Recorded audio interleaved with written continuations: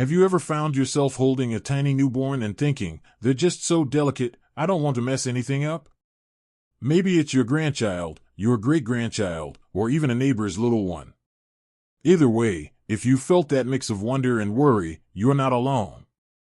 Babies are precious, and when it comes to cleanliness, it's easy to feel like you need to scrub every surface twice, boil everything that moves, and carry a bottle of sanitizer like it's your new best friend.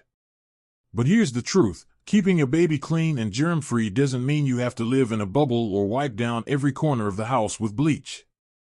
In fact, going overboard with sanitizing can sometimes do more harm than good. That's right, too much cleaning, especially with harsh products, might irritate their skin, weaken their developing immune system, or even create more stress for you as a caregiver. And if you're anything like me, you've learned that stress isn't something any of us need more of, especially at this stage of life. So today, we're going to talk about something practical, gentle, and deeply important: how to keep your baby protected from germs without going to extremes. Whether you're a first-time grandparent or you've already changed more diapers than you can count, this is for you.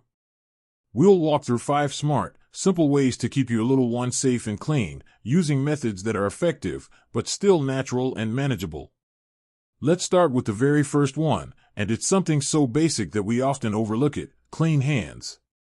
Now, I know you've probably heard this your whole life, and it might sound obvious, but washing your hands, really washing them, before holding or feeding a newborn is one of the most powerful ways to protect them. Babies explore the world with their mouths, their hands, and their faces. And because their immune systems are still developing, they're far more sensitive to germs that we, as adults, hardly even notice. But here's the good news: you don't need to carry fancy antibacterial soap or spray every surface with disinfectant. Regular, warm water and a mild soap do the trick just fine.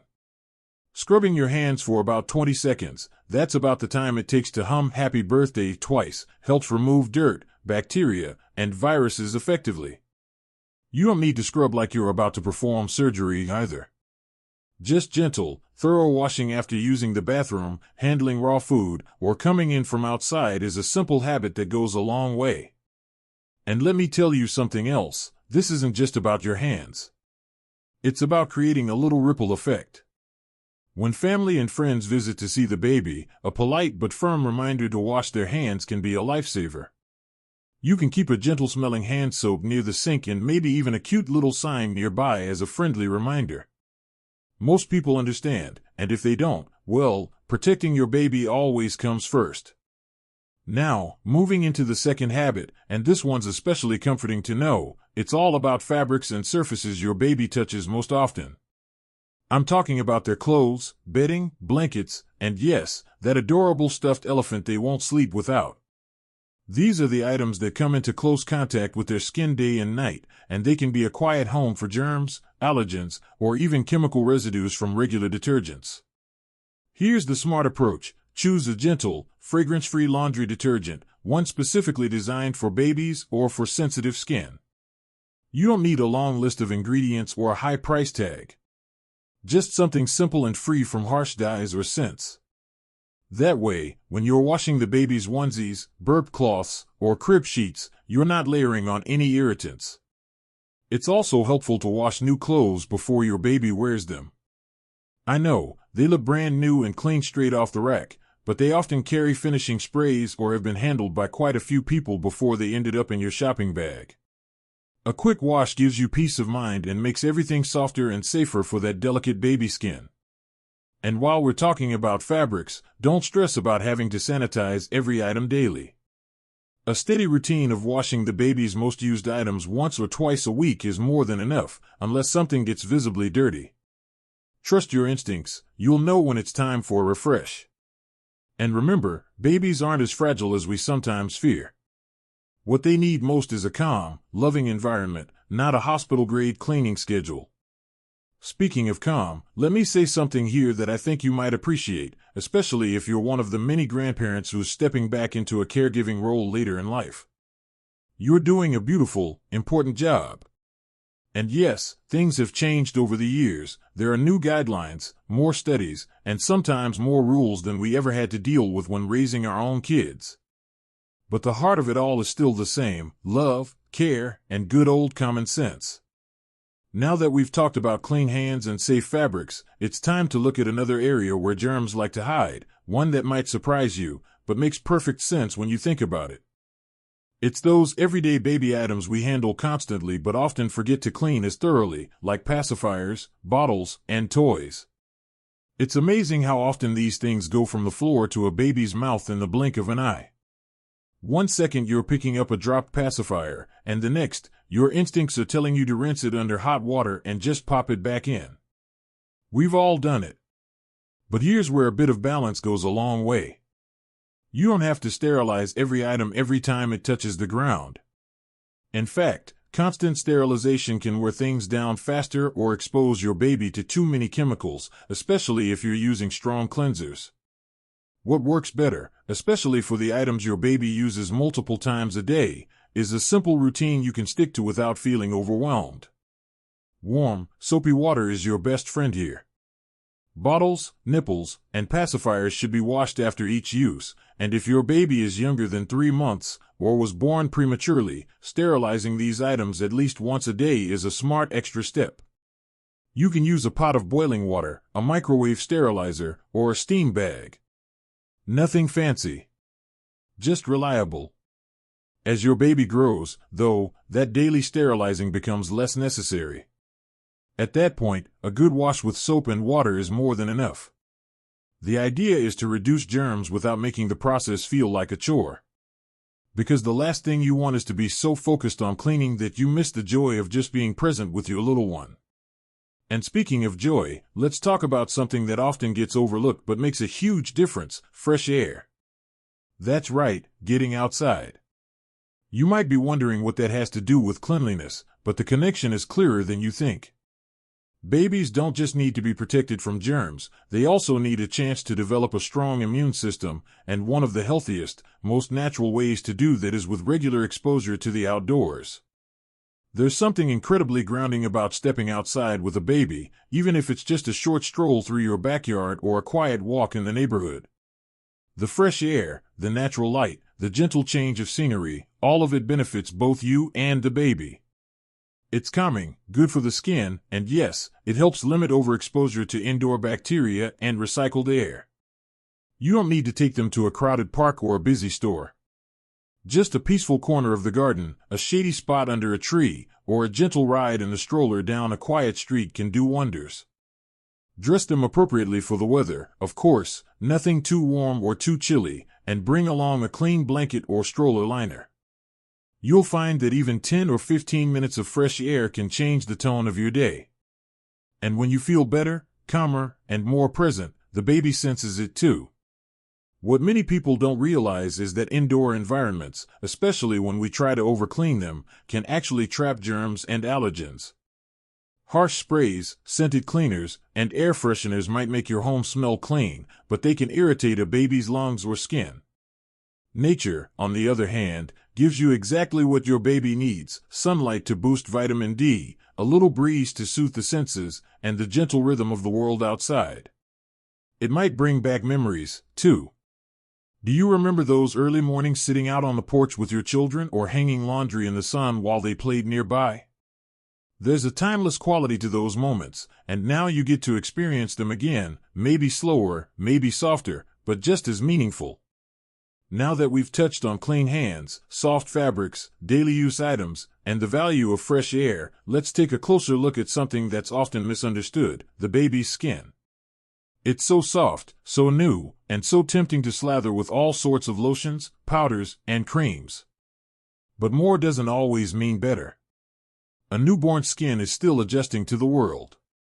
It's thinner and more sensitive than adult skin, which means it absorbs anything you put on it more quickly and can react more strongly. That's why one of the smartest things you can do is keep the routine simple. Less is more here.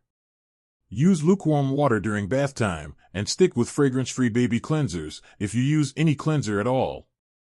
Many pediatricians will tell you that during the first few weeks, plain water is often enough. You're not scrubbing a teenager after football practice, you're gently cleansing a tiny human who's mostly been wrapped in soft blankets and cradled in clean arms. After the bath, pat the baby dry, no rubbing, and if you want to use lotion, choose something gentle, hypoallergenic, and free from added perfumes. You'll notice how their skin responds. If it's soft, not flaky or red, you're doing just fine. There's no need to complicate things with 5-step skincare routines. Babies don't need a spa, they just need gentle care and your warm touch.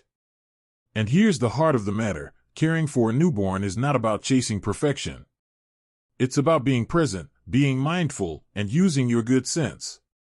Every choice you make with love, whether it's how you wash their clothes, how often you sanitize a bottle, or how you gently wipe their tiny hands, is what builds a safe, healthy space for them to grow. Next, we'll talk about one final, powerful way to protect your baby's health without over-sanitizing, a habit that might surprise you, but could make all the difference in those early weeks. And that last habit we're going to talk about is something that might not seem like it has anything to do with germs at all, but trust me, it does.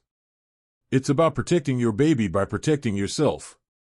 That's right, taking care of your own health, especially when you're spending time with a newborn, is one of the most overlooked but essential ways to keep them germ-free. You see, we often focus all our attention on the baby, and that's natural.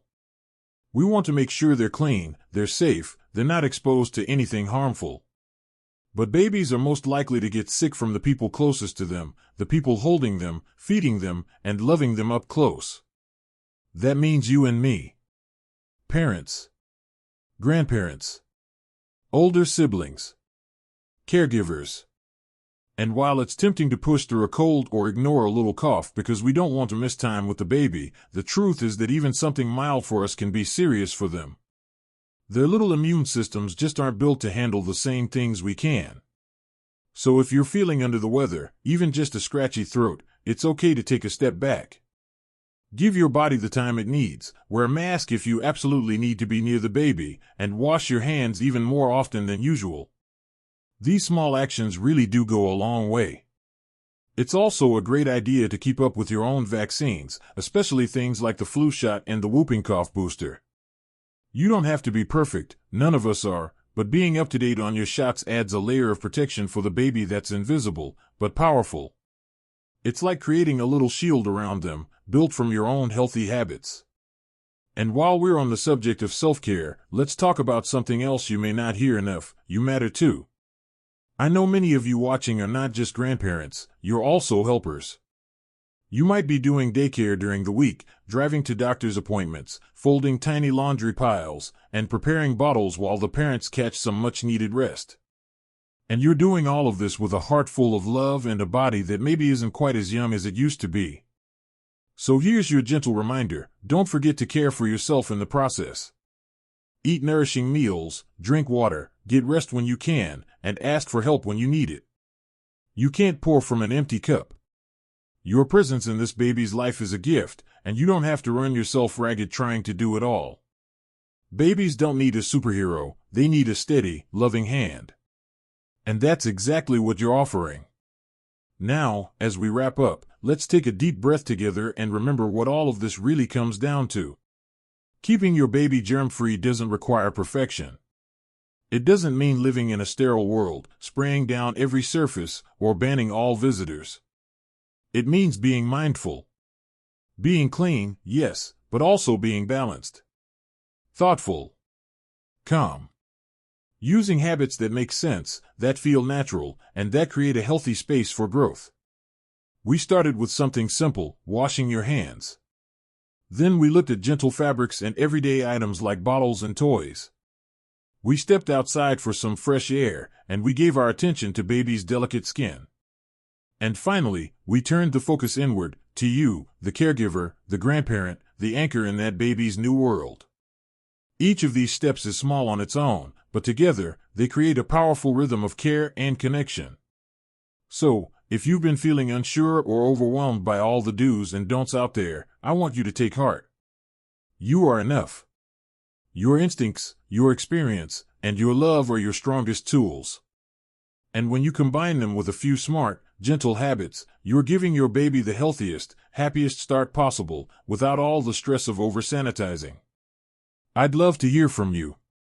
Have you picked up any tricks over the years for keeping little ones clean and safe in a natural way?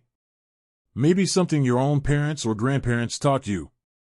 Share your thoughts in the comments. I always enjoy hearing your stories and learning from your wisdom. And if you found this video helpful, go ahead and click that like button, and don't forget to subscribe to the channel. We've got more simple, heartwarming tips coming your way, because no matter your age, there's always more to learn, and always more love to give. Here's to you, to the newest little lives in your family, and to the quiet, beautiful ways we care for them every single day. You're doing an amazing job.